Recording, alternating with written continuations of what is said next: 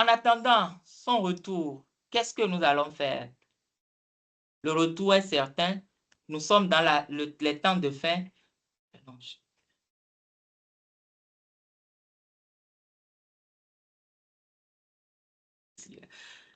Le retour est certain. Qu'est-ce que nous ferons?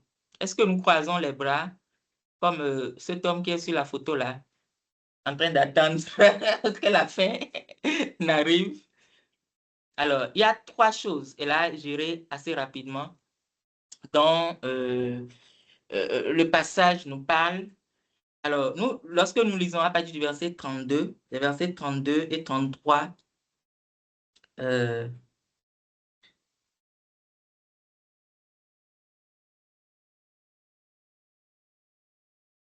Matthieu 24, je vais relire rapidement. Ah oui, c'est même devant moi. Mais apprenez du figuier la parabole qu'il vous offre. Quand déjà son rameau est tendre et qu'il pousse des feuilles, vous connaissez que l'été est proche. De même aussi, vous, quand vous verrez toutes ces choses, sachez que cela est proche à la porte.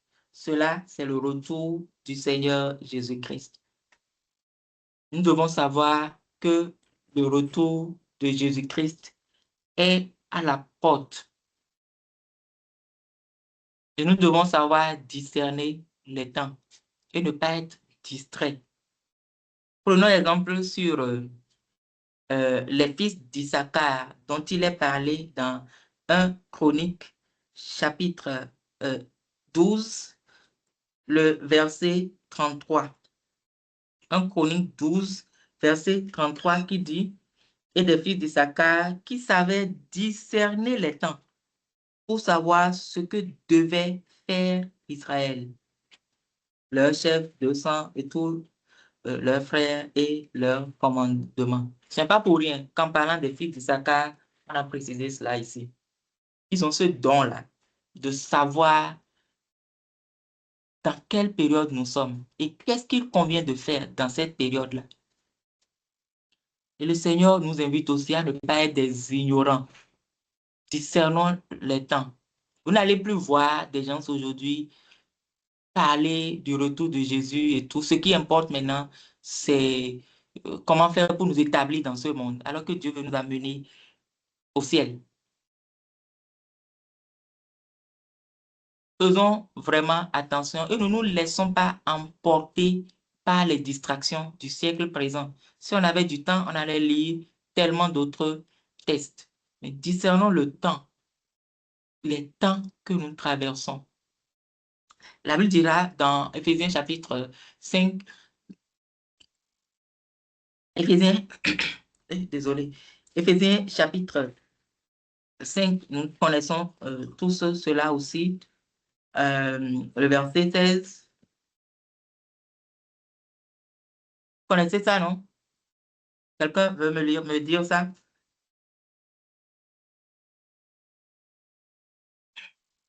Racheter le temps car mauvais.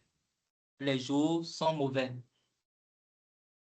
Racheter le temps car les jours sont mauvais. La version d'Arby me rapporte ici, saisissant l'occasion parce que les jours sont mauvais. Saisissant chaque occasion. Utilisons chaque occasion comme nous devons l'utiliser. Alors, bien sûr. Alors, deuxième élément, ce n'est pas juste que nous discernons le temps. Et vous savez, beaucoup de gens essaient de discerner le temps. Vous allez sur les réseaux sociaux maintenant, beaucoup de gens vont vous faire les prophéties. Et ça, c'est encore une autre parenthèse. On suivait l'un de ces érudits la dernière fois. Il disait des choses qui étaient vraies concernant, concernant les temps, mais il glisse des choses dedans, simplement. Qui ne croit pas que Jésus, Dieu, va laisser les gens en enfer. C'est un théologien, un docteur en théologie qui dit ça. Il a dit ça, ça n'a pas duré, ça n'a pas fait plus de 30 secondes. Hein. Il est passé sur ça. Il a continué son développement eschatologique et tout. Si c'est juste pour avoir une connaissance eschatologique des événements, ce n'est pas la peine, mes chers amis. Nous discernons le temps, mais qu'est-ce que nous devons faire? Nous ne devons pas rester les bras croisés. Nous ne sommes pas distraits et nous arrivons à reconnaître, bien sûr, la saison dans laquelle nous sommes. Voilà. Lorsque le cultivateur arrive à reconnaître que c'est la saison où il faut semer, il ne reste pas les bras croisés. Il ne reste pas là à organiser des conférences des paysans et à leur dire que c'est le temps de semer, alors que lui-même ne fait rien. Il travaille, il fait ce qu'il doit faire. Alors, donc, nous attendons en veillant. Alors, nous veillons pourquoi? Parce que le verset 36 de Matthieu 24 là, nous dit que quant à ce jour et à l'heure, personne n'en a connaissance. Pas même les anges des cieux, si ce n'est mon Père seul. Nous ne savons pas le temps où le retour viendra. Nous pouvons nous dire, voilà, et ne soyez pas séduits, hein. Jésus ne va pas venir chercher les gens qui ont été sauvés une fois, mais qui sont en train, qui vivent dans l'adultère, qui vivent dans l'immoralité ou bien dans n'importe quoi. Jésus ne viendra pas pour les chercher. Je suis désolé. Nous devons veiller sur notre vie parce que nous savons que son retour peut intervenir à tout moment, dès maintenant. Et la suite dit, mais sachez ceci. Oui, c'est le verset 36 qu'on a lu maintenant, hein. C'est ça qui dit, oui, c'est le verset,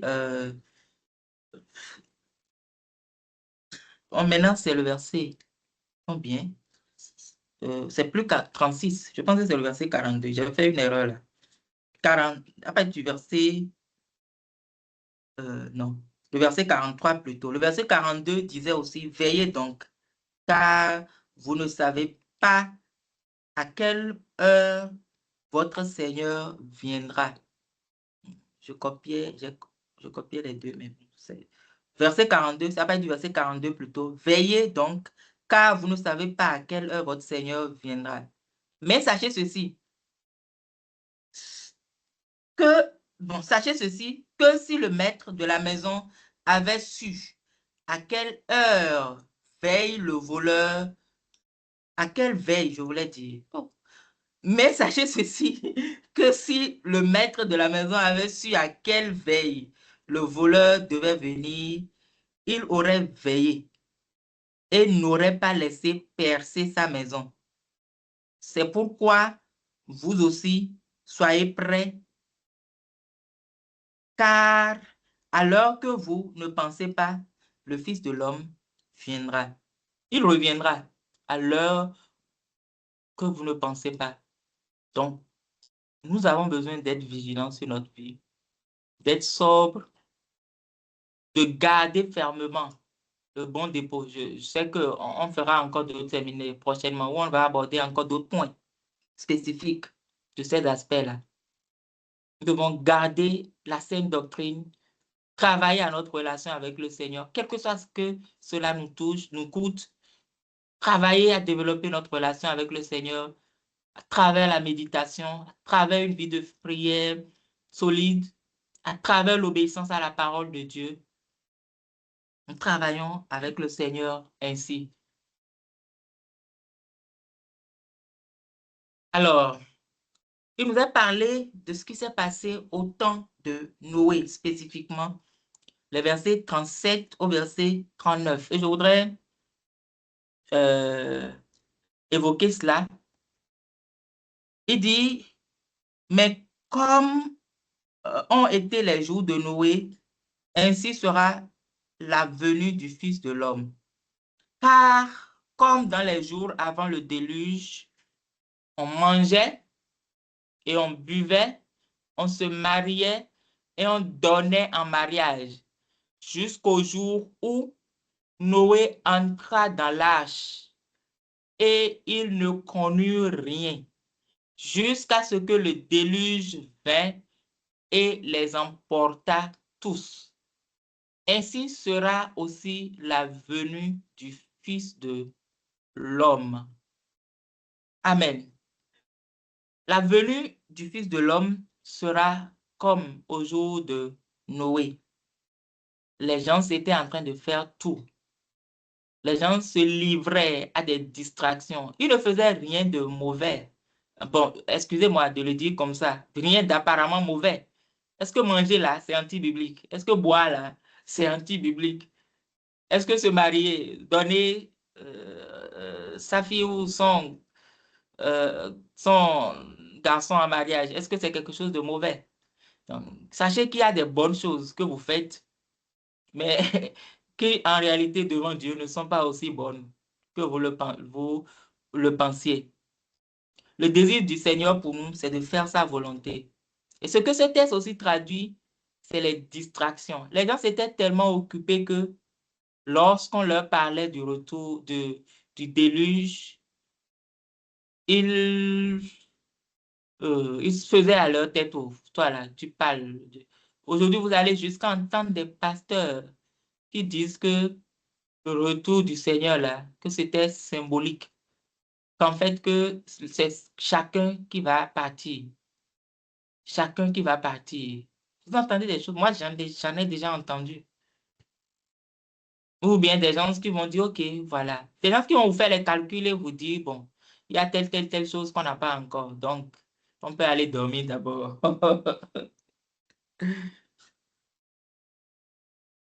Le temps n'est plus aux distractions.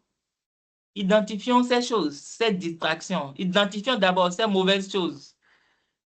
Hmm, qui sont, c'est le premier, désolé, le premier niveau, c'est ça.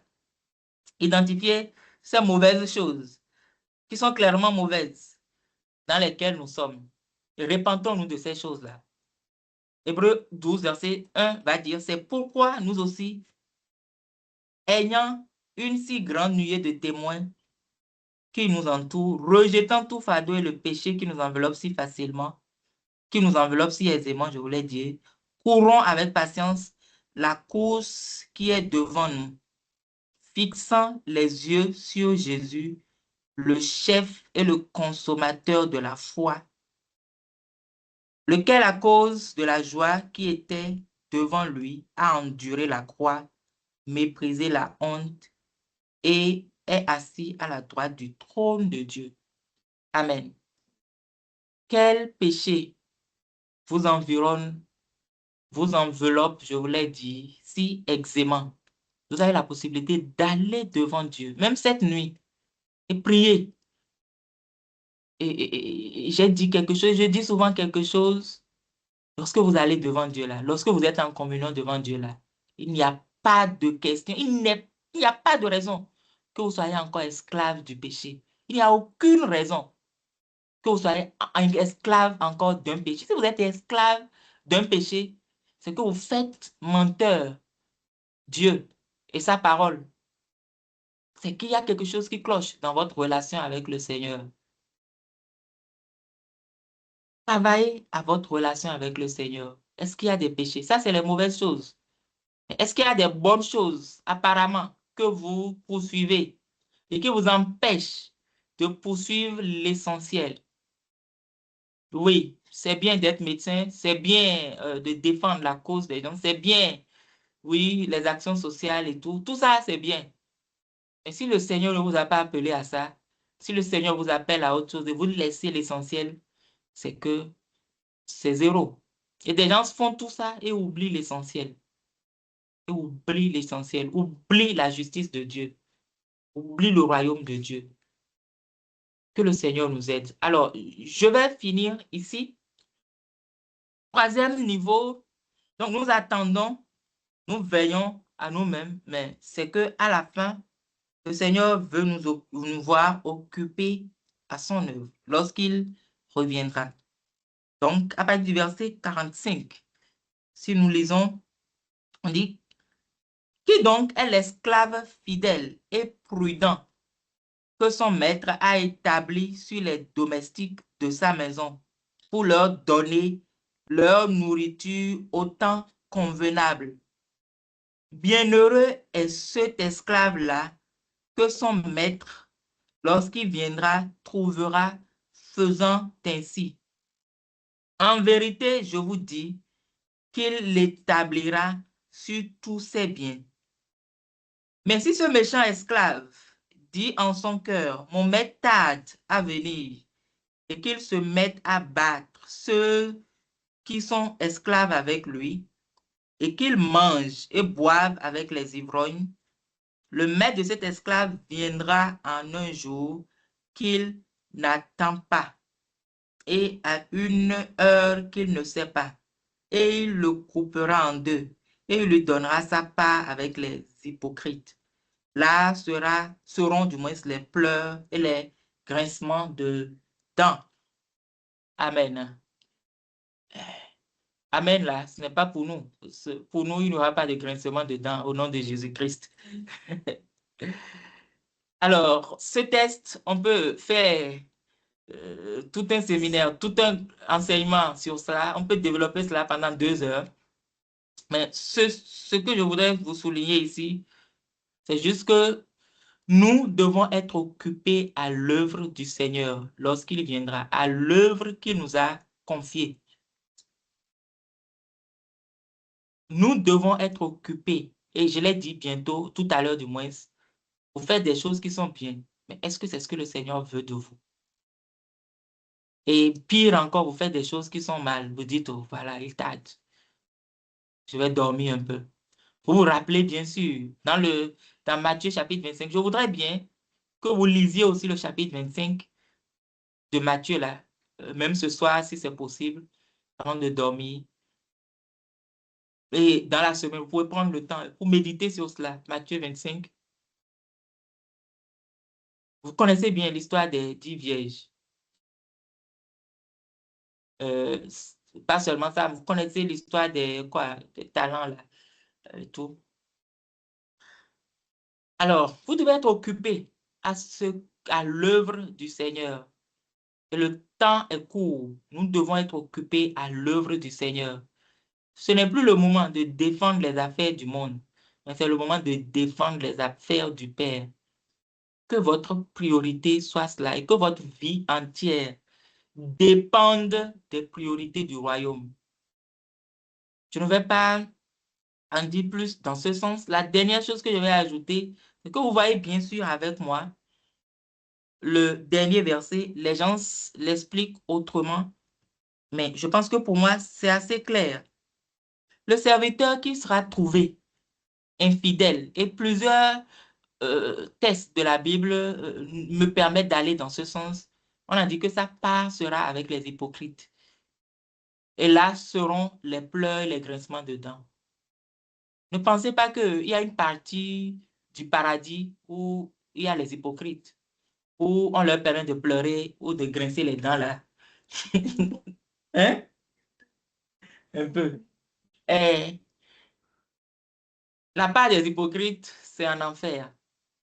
Et moi, je crois fermement que le fait de ne pas être occupé à ce que le Seigneur nous a confié pourrait nous conduire aussi en enfer. Le simple fait est que si nous ne nous occupons pas à ce que le Seigneur nous a dit, c'est que nous désobéissons. Et si nous désobéissons par rapport à cela, c'est clair que nous désobéirons par rapport à beaucoup d'autres choses. Ça, je vous le dis, je sais de quoi je parle. Être occupé à l'œuvre du Seigneur, spécifiquement à ce qu'il nous a demandé, est une protection pour nous, pour que nous puissions demeurer toujours attachés à lui jusqu'à la fin.